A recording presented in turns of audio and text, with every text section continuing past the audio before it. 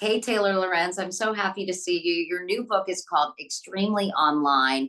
Give us the elevator pitch for this one. Yeah, my book is about the first 20 years of the social internet. It's about the rise of social media. But instead of telling it from the story of the tech giants, it talks about the rise of social media through the lens of the users and how the users and these content creators have shaped these big platforms and how the $500 billion influencer industry emerged alongside it. So it's really about a grassroots movement that started after the internet exploded.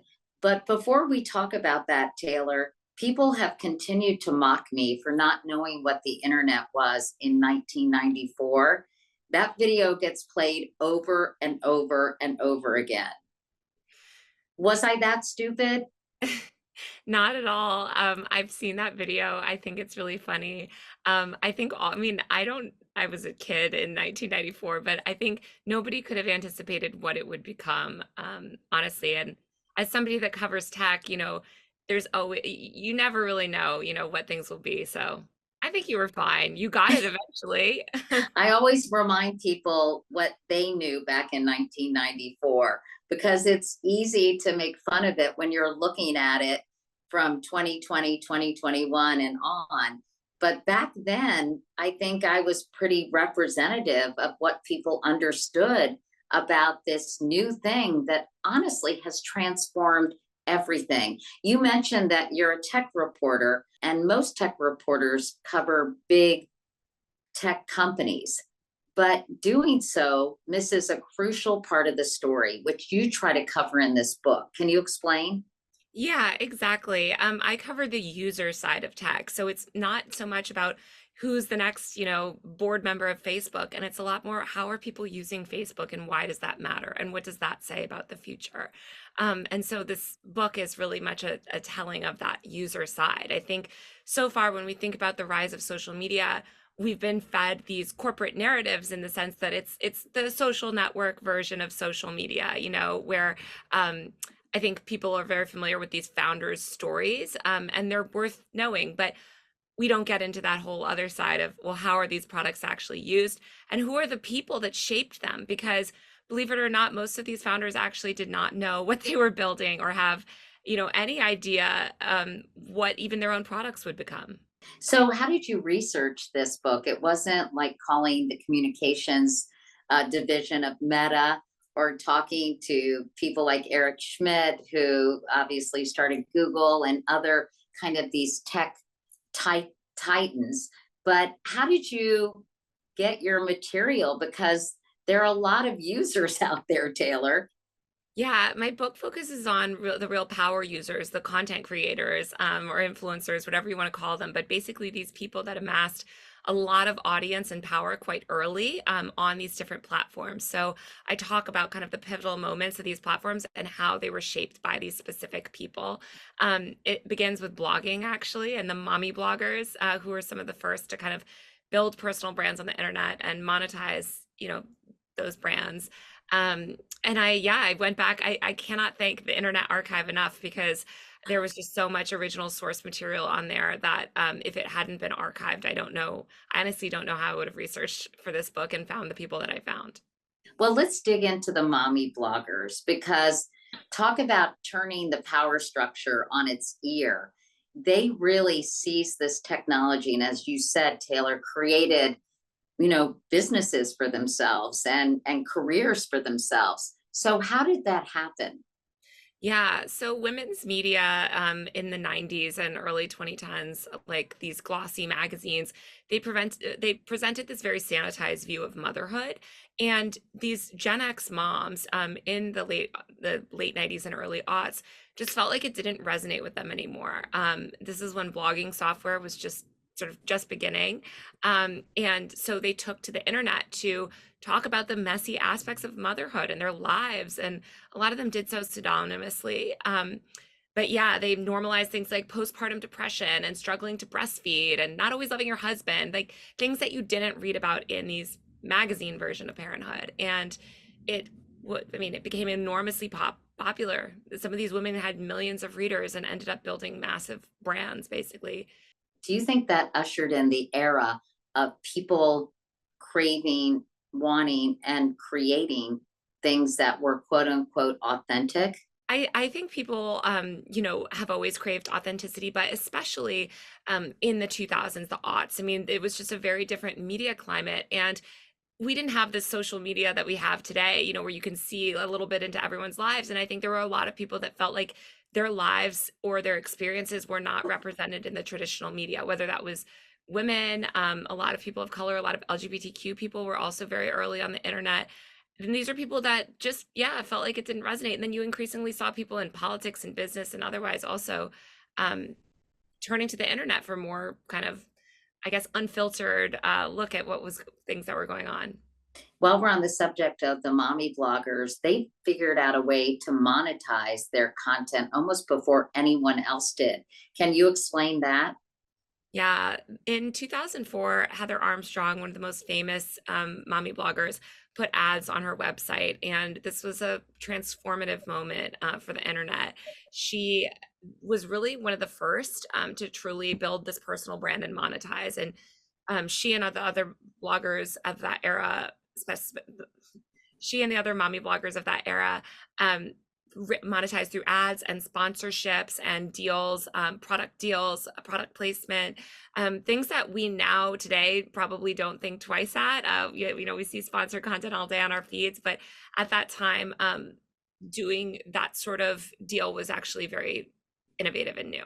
Taylor, is it harder today to become an influencer than it was back when things were really kind of just blooming? Yeah, in a lot of ways, it's harder and more competitive than ever today because now everyone is aware of the power of online influence. So there's so much competition.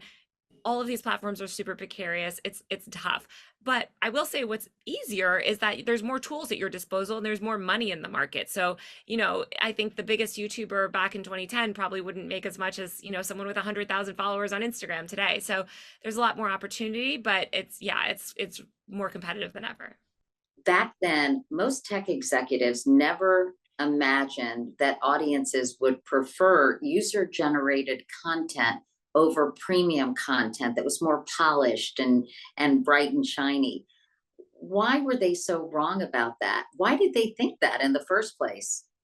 I think there's always this perception. I mean, it reminds me honestly of Quibi, which just went out of business recently, where people really Hollywood and Silicon Valley and traditional media, they just constantly sort of misunderstand the appeal of the internet, and they really thought, well, this content is quote unquote low quality, right? Who wants to watch a bunch of people just filming things in their webcams in their bedrooms? Like, that's not high quality, and they miss the point of what's actually engaging about it.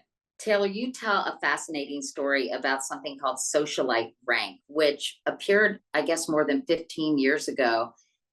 And its rise and fall in many ways foreshadowed a lot of what we're seeing today in social media. Can you tell us why?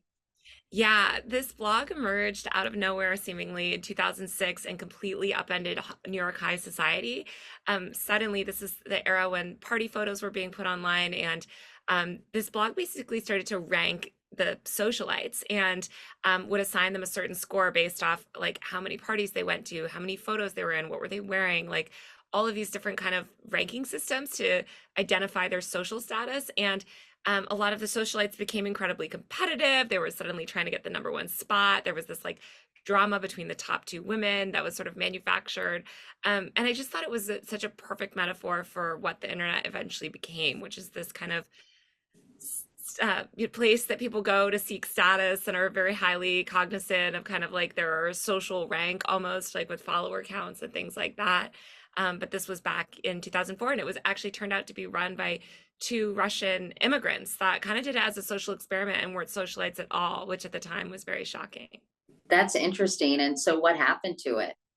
It shut down. Yeah, it shut down. The founders were revealed, and it really only existed for a year, but it kicked off this sort of wave of blogs, I guess, in a similar vein. And I never even heard of it. I guess I wasn't very social and I certainly wasn't on that list back then, but that's interesting. But what you're saying is that it, in some ways, I think, personified the pathology that drives a lot of internet use, external validation, right? Being popular, getting more followers, likes, and this kind of, I guess, built-in social climbing that happens online, right? It's just it's virtual social climbing in a way. Literally, I feel like that's what people do on the internet all day, every day these days. I think that would be a good name for your next book, Taylor, virtual social climbing. I love it. It's something like that. You talk about misogyny a lot. It's a theme that runs through your book and something you have dealt with as a journalist, honestly, reporting on this demographic.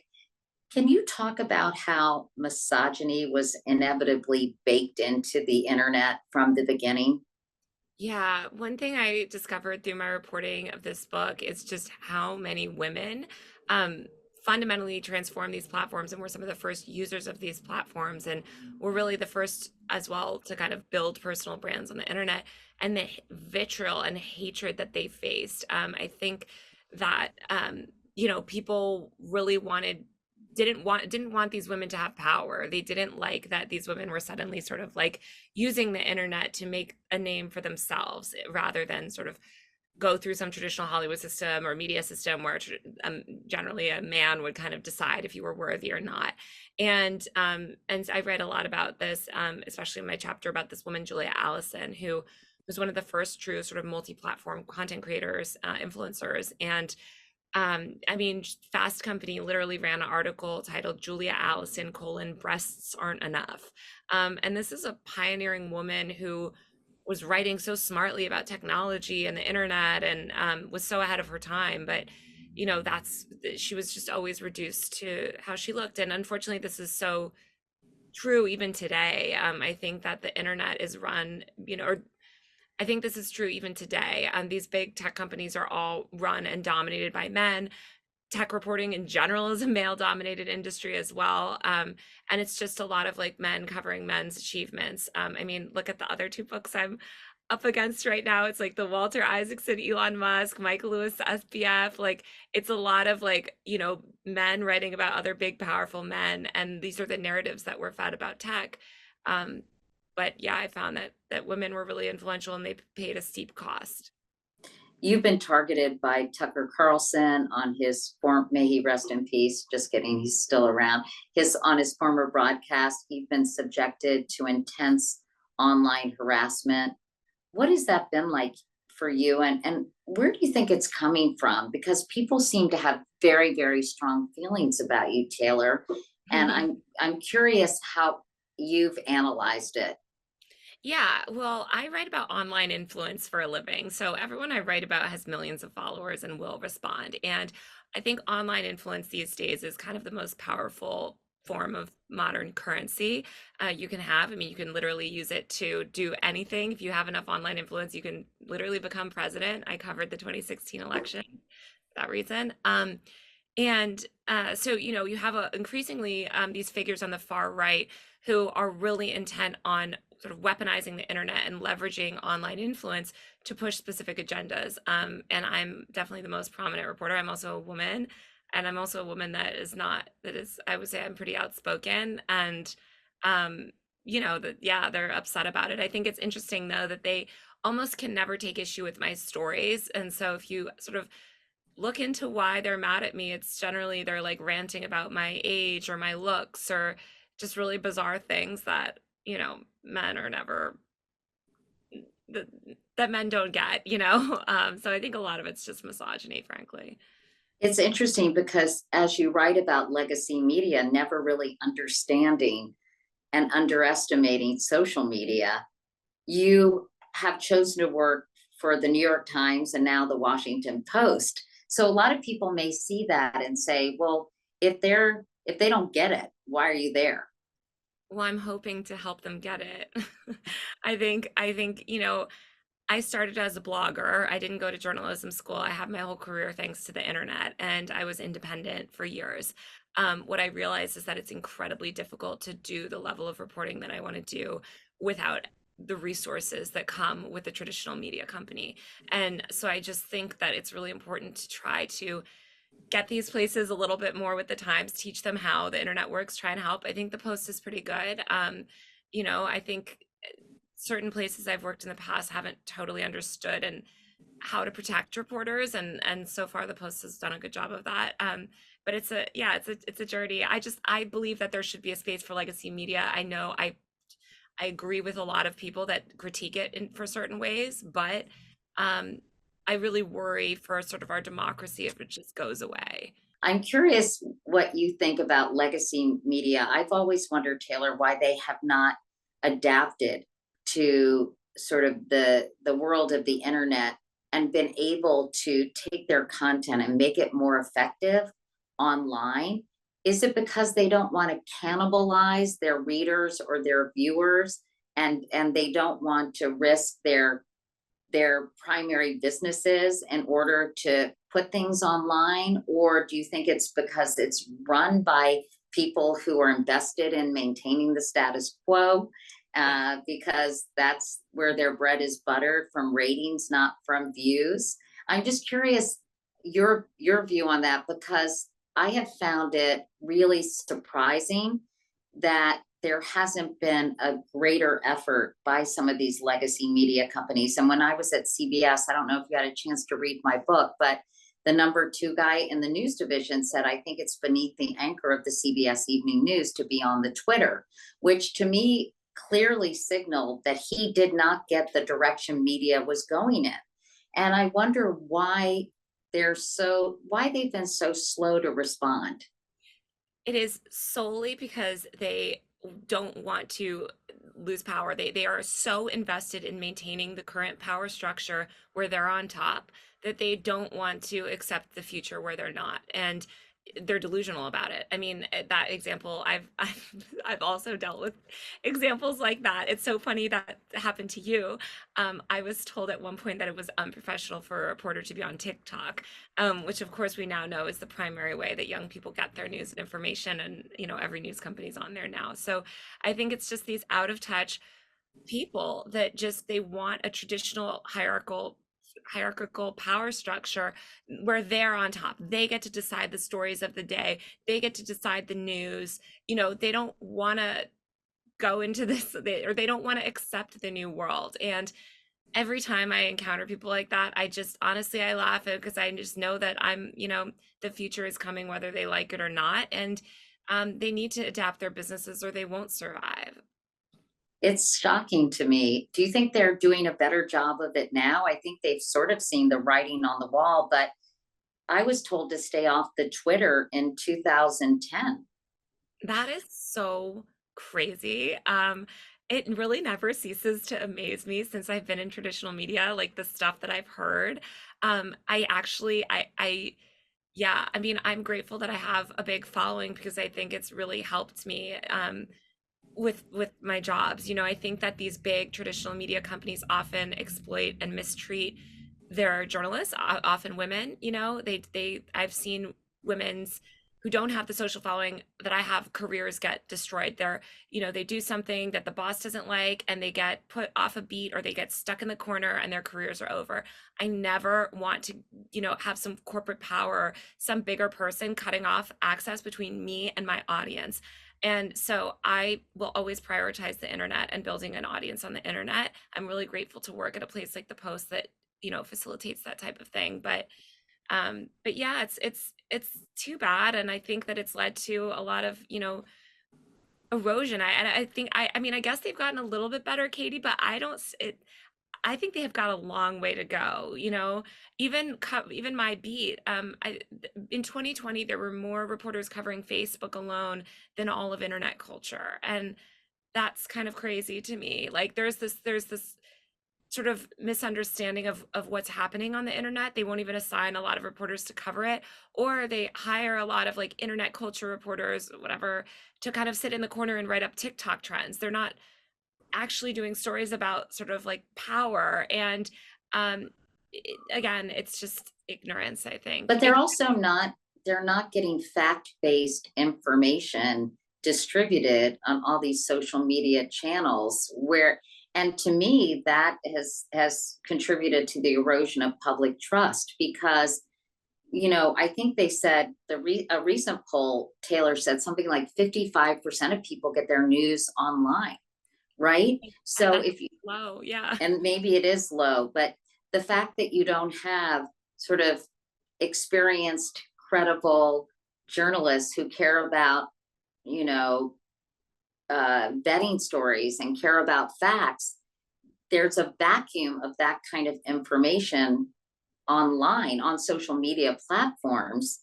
And I think that has contributed to the erosion of trust in legacy media companies. 100%. Legacy media companies also don't want to engage with their readers. Like so much of what I do online, especially on TikTok or Instagram, is answer questions. If I put a story out and somebody makes a video and they're like, well, I don't understand this, or I try to go on the internet and talk to people about it and say, well, this is what it was. I mean, I did a story about a year ago about this account called Libs of TikTok. It's sort of a right-wing account that was driving a lot of hate towards trans people and sort of affecting some of the legislation in Florida. And I knocked on the door of the woman's house seeking comment, and that was really confusing for a lot of people. A lot of people were like, well, why would you do that? Isn't that, you can't just show up at someone's house and da da da. And I was like, well, actually, this is what reporters do. And like, let me explain to you about reporting. And it totally transformed the conversation around that. Like I think actually a lot of people then start to understand it. And I talk about the reporting process and what you have to do to seek comment from people sometimes. And all of these things are really important for the public to know. We have no media literacy in this country. And I think that instead legacy media wants to like hide and pull back and engage less with the people. And Well, I that's think they have tried to become more transparent. When I look at articles in the Post, the Washington Post, and the New York Times, I think it's interesting that they give profiles of the reporters. They say where they worked. You can read more about them if you click a link. And that to me is a bit of a reaction to this need and this craving for transparency among consumers. Yeah, definitely. Although I would say it's bad that the New York Times has told reporters to stay off social media. I think that's a huge mistake on their part. Well, I think that's more about expressing opinions when they're trying to be, what does objectivity even mean anymore, Taylor? But if they're trying to be seen as, reporting the facts, reporting what transpired, if you're not an opinion writer, then maybe you shouldn't go on Twitter expressing your opinion. So I can understand that, honestly. I disagree. I think that it's fine to tell people, hey, look, when you're on social media, be careful about specific opinions around XYZ. I think that's the better way to handle things rather than say, everybody, we don't want you on here. We want No, to, I agree you with know? that. But it's kind of hard to be on social media and not have an opinion. It's hard to just say, hey, I wrote this article on this. I think they're dumb because that's just another distribution pipeline that they're cutting off, right? But I think you're right. I do think they should. And I guess some publications do have a code of conduct for reporters, because I do think that opinion and just fact-based news has really overlapped. And I think that if, people get on, whether it's Maggie Haberman or whoever, and start, and I don't think Maggie does this, so I don't, I'm just using her as an example, kind of trashes somebody. I just don't know if it decreases her credibility covering something.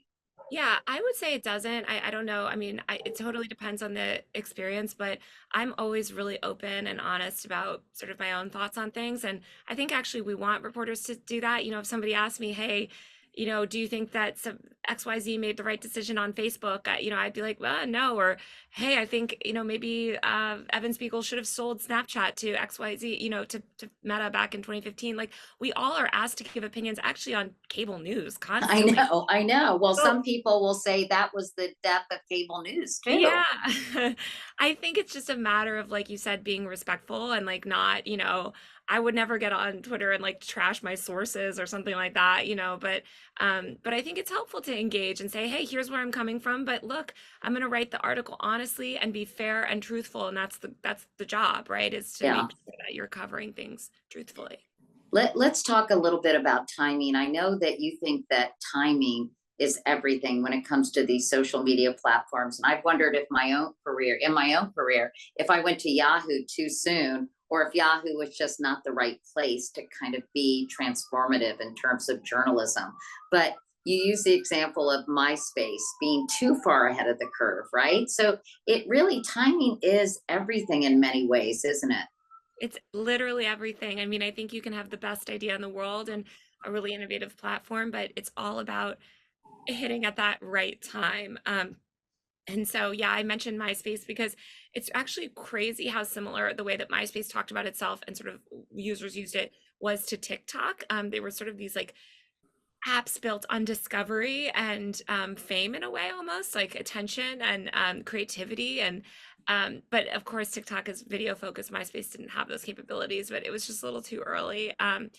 And yeah, I mean, you just see these stories over and over in tech and also in content creator world, right? Like you could be the best beauty vlogger in the world in, 2007 on YouTube, but the audience wasn't there yet. So it's all about kind of right place, right time on the internet.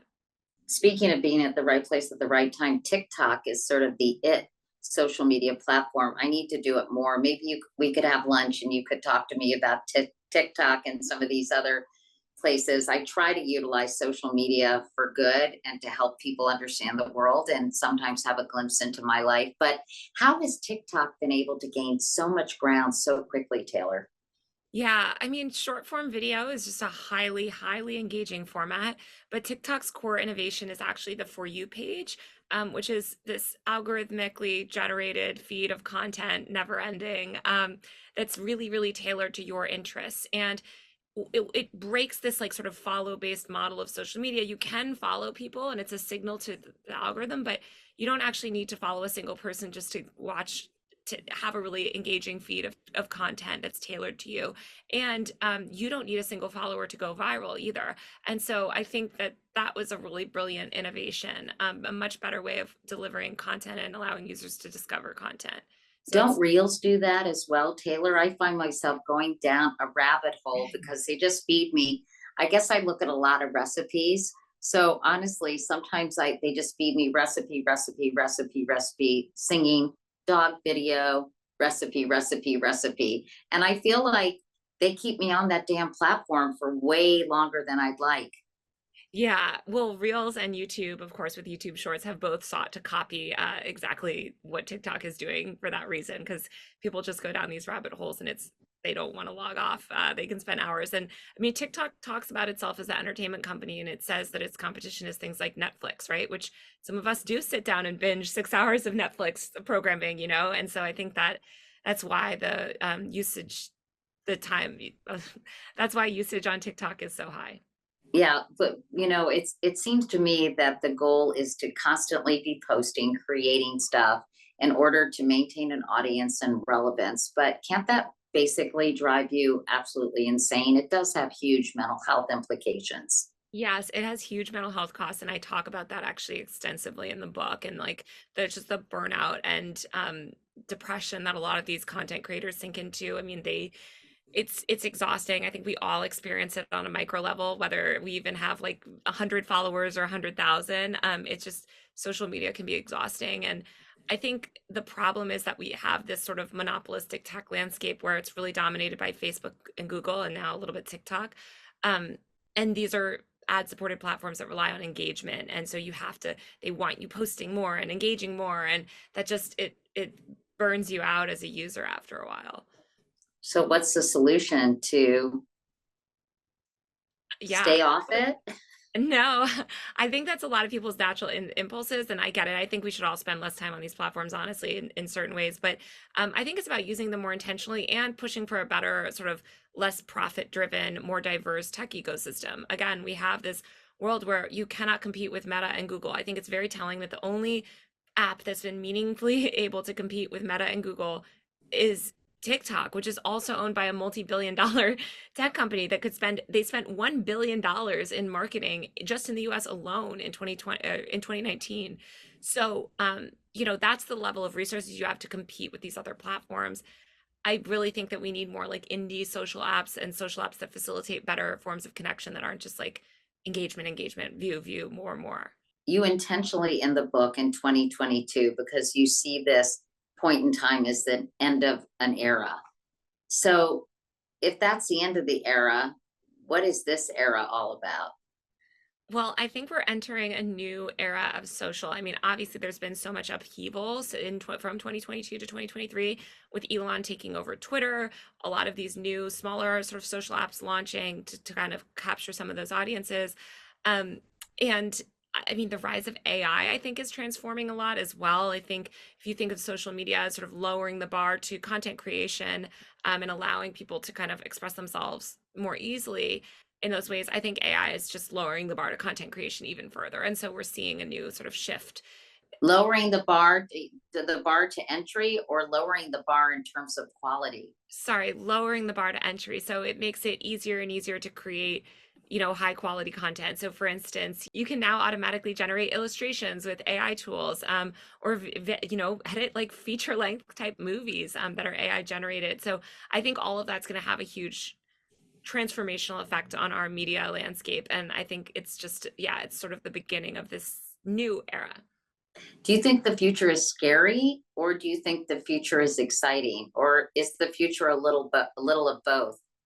I think it's definitely both. I'm such an optimist, and I know people are always like saying I'm delusional for being an optimist, but I think nothing is ever 100% good or bad with technological process. I think it will be more scary if we don't rein in big tech and force a more creative kind of tech ecosystem that's less profit driven. I think if things continue the way they're going now, it will be scary, but we have power and we can change things, and things can change very quickly on the internet too. So I have one last question because people always ask me this, Taylor, and I'm curious what your answer would be. Do some speaking engagements and conferences, and I inevitably get a question: would you recommend someone go into journalism? And I love journalism. I think it's the most exciting, amazing career. You learn something every day. I think it's critically important to a democracy.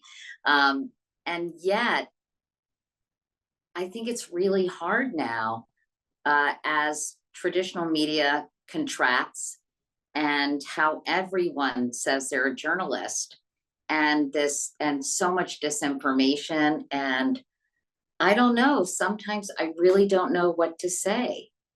What would you, I'm sure you've been asked that question too. people ask me that all the time. I agree with you. I love journalism. I think it's the best job. I would love to see more young people doing journalism. I tell them not to go into traditional media. Do not ever, ever, ever, start out at some big company and trust that they are going to promote you and that's how you're going to like rise the ranks in journalism. You have to build your own audience on the internet, or create your own media company, or just take up your own space, because I do see a lot of kids like they kind of, if they do go into journalism, they go to journalism school, they like want to work at the New York Times or the Washington Post, like right out of school. And again, I work at these places. I love it. I'm glad that I came to these places at the point in my career that I did, because I wouldn't be the journalist I was if I didn't kind of start my own thing first. And I think there's a lot of opportunity online, and you can learn from traditional journalists and build those relationships. But I say, yeah, try it out. Go and try, do online journalism and go on TikTok, or try to make your own series where you interview, people in your neighborhood even, I know, but it's hard to make a living, Taylor. This is the thing. I agree with you. And honestly, I give people the same advice. Don Lemon asked me when he was going to the mornings, do you have any advice? And you know what I told him? Diversify your portfolio. Don't rely on cable news as your connection with your audience. Like, build up your social media platforms, use what you're doing and translate it online on social media.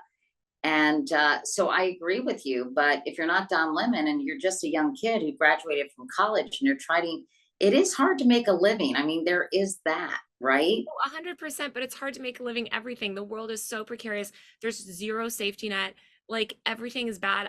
My feeling is like there are opportunities to like, if you are a content creator and you're successful online, I mean, there's a lot of great journalism. There's people like Cleo Abram or Johnny Harris, even at Left Vox, that are huge on YouTube now. There's a lot of really great journalists that actually business is pretty good for them. Even people that have small newsletters, some of them are able to build a really successful little business for themselves. So, um, you know, would I recommend it? I don't know. I mean, what's more stable anyway? Like maybe, yeah, becoming a plumber or something like that. And that's a great option. It kind of just depends. But I don't want to say like take the safer route because I just think the whole economy is so precarious, and I don't really trust any employer to ever have my interests at heart. And I think you can get laid off from pretty much any job, you know? So, so you might as well try to do what you love. I don't know. No, I agree. I mean, I think we need really smart, great journalists who are covering the world and holding people accountable. I mean, it's absolutely essential. It's just hard right now. Well, the book is called Extremely Online. Taylor, I don't use the word delight very often, but it's been a delight talking to you. I love your reporting, and I love the fact that you aren't afraid to, hold people accountable, to do your own thing. And I'm sorry that it's created some backlash for you, but keep doing what you're doing. It's so important. Thank you. That means so much coming from you, Katie. You're such a pioneer.